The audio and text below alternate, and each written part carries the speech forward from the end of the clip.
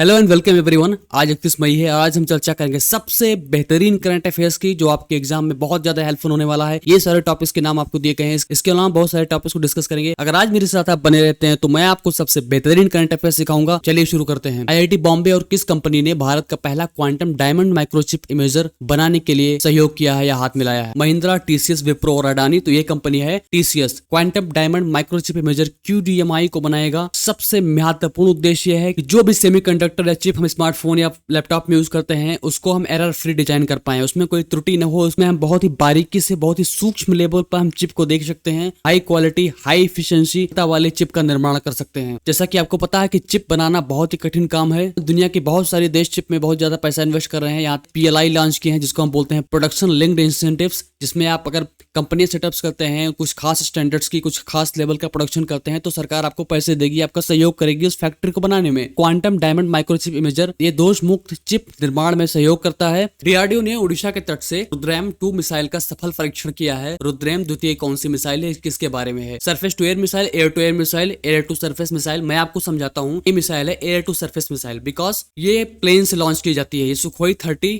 MKI जो भारत का सबसे महत्वपूर्ण इस समय फाइटर जेट है, ये उससे लॉन्च किया गया था। एयर मतलब ये हवा में प्लेन है और जा कहाँ रहा, सरफेस पे जा रहा है, इसीलिए उसको बोलते हैं एयर टू सरफेस मिसाइल। मारक क्षमता 350 किलोमीटर है। ये नई जनरेशन की एंटी रेडिएशन मिसाइल। मैं आपको समझाता हूँ NGARMs क्या होता है। ये वो मिसाइल्स होती हैं जो रेडियो सिग्नल्स को ऊपर डिटेक्ट करती हैं। अगर आपने कहीं रडार इंस्टॉल कर रखा है, आपको इलेक्ट्रॉनिक वारफेयर सिस्टम इंस्टॉल कर रखा है, तो ये मिसाइल उसको पता लगा लेगी कि यहाँ पे सिग्नल लिमिट कर रहा है, सिग्नल निकाल रही है मशीनें, और उन मशीनों को जाके ये नष्ट कर देती है। ये रेडियो सिग्नल का पता लगा लेती है कि रेडियो सिग्नल को ट्रैक करती है। इसका इस्तेमाल दुश्मन के रडार निगरानी प्रणालियों को नष्ट करने के लिए किया जाता है। 77वीं विश्व स्वास्थ्य सभा का विषय क्या है? The theme of the 77th world health assembly. ये सारे दिए गए हैं और उसका सही उत्तर है all for health, health for all. आइए जानते हैं कि विश्व स्वास्थ्य सभा क्या है। विश्व स्वास्थ्य सभा WHO के लिए काम करती है। ये WHO को ही चलाती है। ये WHO स्वास्थ्य सभा द्वारा शासित है। WHO के सारे निर्णय वर्ल्ड हेल्थ असेंबली लेती है, विश्व स्वास्थ्य सभा लेती है। पूरे विश्व में सदस्य देशों से मंत्रियों का गठन करने वाली सर्वोच्च संस्था, मतलब पूरे विश्व में जितने भी इसके देश हैं उनके सारे मिनिस्टर यहाँ बैठते हैं। भारत के हेल्थ मिनिस्टर होंगे, बाकी देशों के हेल्थ मिनिस्टर होंगे। अगर दुनिया भर में कोई बीमारियां या आउटब्रेक फैल रहा है, जैसे कि कोरोना वायरस था या कुछ भी था, तो वहां पे मीटिंग करके एक सही निर्णय लिया जाता है, एक सही दिशा में आगे बढ़ा जाता है।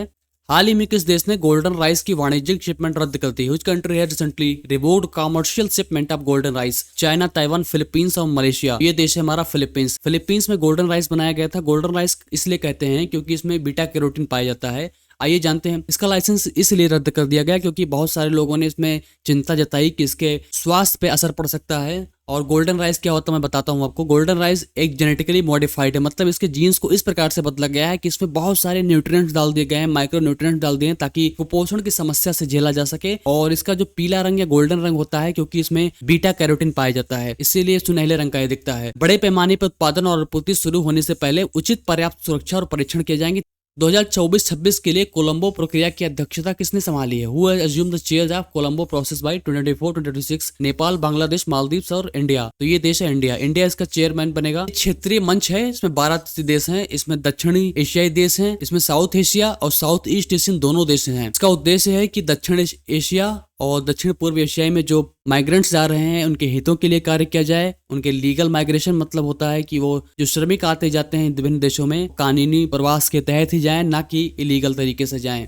पीली पूसा और डोगर पूसा चावल की किस्मों को हाल ही में किस कारण से प्रोत्साहित नहीं किया गया है? मैं आपको बताता हूं। पंजाब में इन दोनों प्रजाति के चावलों का उत्पादन किया जाता है, लेकिन इसकी समस्या सबसे बड़ी ये है कि ये पानी बहुत कंज्यूम करती है। इसका वाटर कंजम्पशन बहुत ही है। बाकियों में मान लीजिए कि 6 से 7 बार वाटरिंग की जाती है या सिंचाई की जाती है, इसमें कुछ 1-2 ज्यादा लगती है। और इसका जो उत्पादन होता है एकदम आखिरी में जाके होता है, और इससे क्या होता है कि लोग पराली जलाते हैं। तो इसको रोकने के लिए पंजाब सरकार ने डोगर पूसा और पीली पूसा को डिस्करेज किया है, मतलब बहुत ज्यादा इसको यूज करने की सलाह नहीं दी गई है। फसलों को यूज करने से पानी में और कमी आ सकती है। NSDC national skill development has partner with which organization to promote skill development and life long learning? कौशल विकास और आजीवन सीखने को बढ़ावा देने के लिए किस संगठन के साथ साझेदारी की है? ये है इंटरनेशनल लेबर ऑर्गेनाइजेशन। NSDC और ILO मिलकर ट्रेनिंग प्रोवाइड कराएंगे, सर्टिफिकेशन कोर्सेज कराएंगे, स्किल डेवलपमेंट कराएंगे, ताकि ज्यादा से ज्यादा को लोगों को ट्रेन किया सके, उनको एम्प्लॉयमेंट यानी कि रोजगार के साधन मुहैया हो पाए। और इंटरनेशनल लेबर ऑर्गेनाइजेशन मुख्यालय है जेनेवा स्विट्जरलैंड। दोनों मिलकर कुछ खास तरह की इफेक्टिव पॉलिसीज बनाएंगे, उनके फाइनेंसिंग के बारे में सोचेंगे और बहुत सारे स्किल डेवलपमेंट कोर्सेज लॉन्च करेंगे। NARCL, ये बहुत इंपॉर्टेंट क्वेश्चन है, प्लीज पे ध्यान दीजिएगा कि MD और CEO के रूप में किसको कार्यभार संभाला है। Who has taken charge as MD and CEO of NARCL? तो इसका सही उत्तर है P संतोष। P संतोष ने NARCL का कार्यभार संभाला है। मैं आपको बताता हूँ NARCL क्या है। बैंकों की समस्याओं को हल करता है। ये सार्वजनिक क्षेत्र के बैंकों जैसे SBI हो गई, बैंक ऑफ बड़ौदा हो गया, ये उनके साथ और सरकार के स्वामित्व में काम करती है। मतलब इन दोनों ने मिलकर इसको ओन किया है। इसका उद्देश्य है कि भारतीय बैंक उद्योग में गैर निष्पादित परिसंपत्तियों के मुद्दों को हल करने के लिए काम करता है। NPA के लिए काम करता है, मतलब अगर नॉन परफॉर्मिंग असेट्स के लिए काम करता है। अगर आपने किसी को लोन दिया है, अगर वो इंटरेस्ट आपको नहीं पे कर रहा है, आपका मूलधन आपको नहीं लौटा रहा है 90 दिन या उससे ज्यादा से, तो उसको NPA मान लेंगे। मतलब 90 दिन तक अगर उसने कुछ भी लौटाया नहीं तो वो NPA हो जाएगा। NPA से डील करने के लिए national asset reconstruction company limited की स्थापना की गई थी। ये बैंकों से जो खराब लोन हो चुके हैं, जो NPA हो चुके हैं, उन चीजों को, उन एसेट्स को खरीद लेता है, उन एसेट्स को ले लेता है और बैंकों को क्लीन कर देता है। उसके बाद वो एसेट्स को या तो उससे वसूली करेगा या तो उसको बेच के पैसे निकालने की कोशिश करेगा। इसका सिंपल शब्दों में यही उद्देश्य है। अंतर्राष्ट्रीय एवरेस्ट दिवस कब मनाया जाता है? International Everest days observed on, ये 29 मई को मनाया जाता है। एशियाई विकास बैंक, एशियन डेवलपमेंट बैंक ने हाल ही में कितना लोन इंडिया को दिया है एज ए सोवराइन लेंडिंग? ये सारे वैल्यूज देखे, आप प्लीज को याद रखें। खासकर बैंकिंग एग्जाम्स में इसकी डायरेक्ट वैल्यू पूछी जाती है। तो इसका अमाउंट है, तो इसका सही उत्तर है 2.6 बिलियन USD अमेरिकी डॉलर। प्लीज इसको 2.7 ना पढ़ें, आगे के स्लाइड में थोड़ी सी मिस्टेक है कुछ सेकंड्स के लिए। इसकी जो एग्जैक्ट वैल्यू है वो है 2.6 बिलियन अमेरिकी डॉलर। तो ये सरकारों को जो लोन देती हैं, बड़े बड़े संस्थान जो इंटरनेशनल संस्थान होते हैं या एक देश दूसरे देश को देती है, उसको हम संप्रभु ऋण कहते हैं। और इसका उद्देश्य होता है इंफ्रास्ट्रक्चर को डेवलप करना, पब्लिक सर्विसेज को डेवलप करना और बहुत सारे इसके कार्य होते हैं। आशा है आपको संप्रभु ऋण समझ में आया होगा।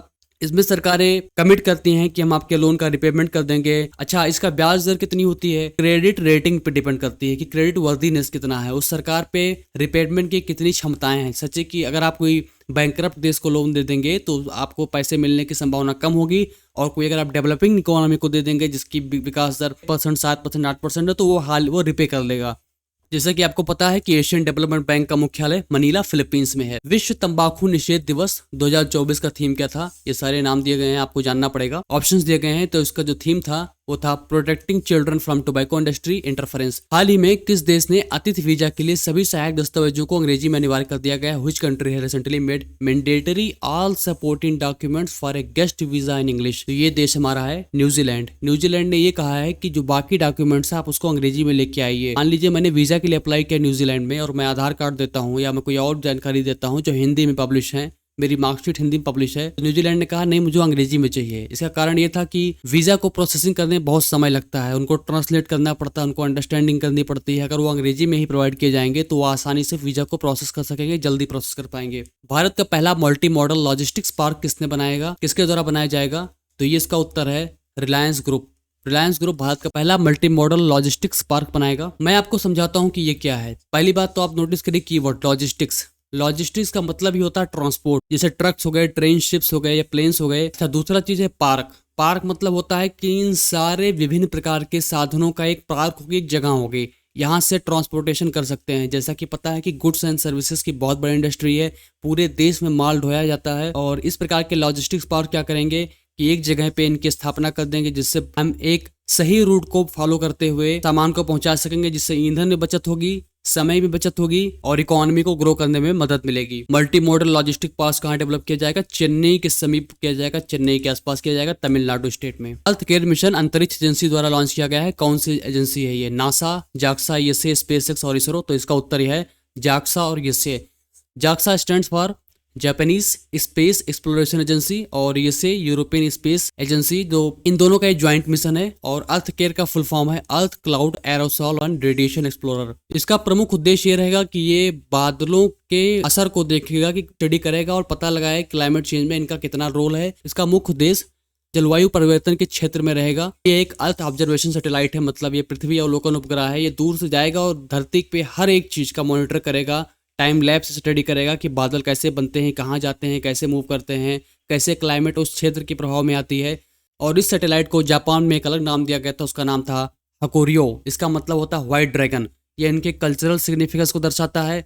तो ये रहे आज के करंट अफेयर्स। अगर आपको कोई डाउट हो या फीडबैक हो तो प्लीज आप कमेंट सेक्शन में बता दें। प्लीज इस वीडियो को लाइक कर दें और चैनल को सब्सक्राइब कर दें, अपने दोस्तों में जरूर शेयर कर दें। मैं आपके लिए बेहतरीन से बेहतरीन करंट अफेयर्स लाता रहूंगा। हम 1 जून से कल नई सीरीज की अध्ययन करेंगे और मैं आपको विश्वास दिलाता हूं कि मैं सबसे बेहतरीन करंट अफेयर्स लेके आऊंगा। एकदम डिटेल्स में हम लोग स्टडी करेंगे। तो ठीक से आप अध्ययन करते रहिए, पढ़ाई करते रहिए और मिलते हैं आपको 1 जून को यानी कल।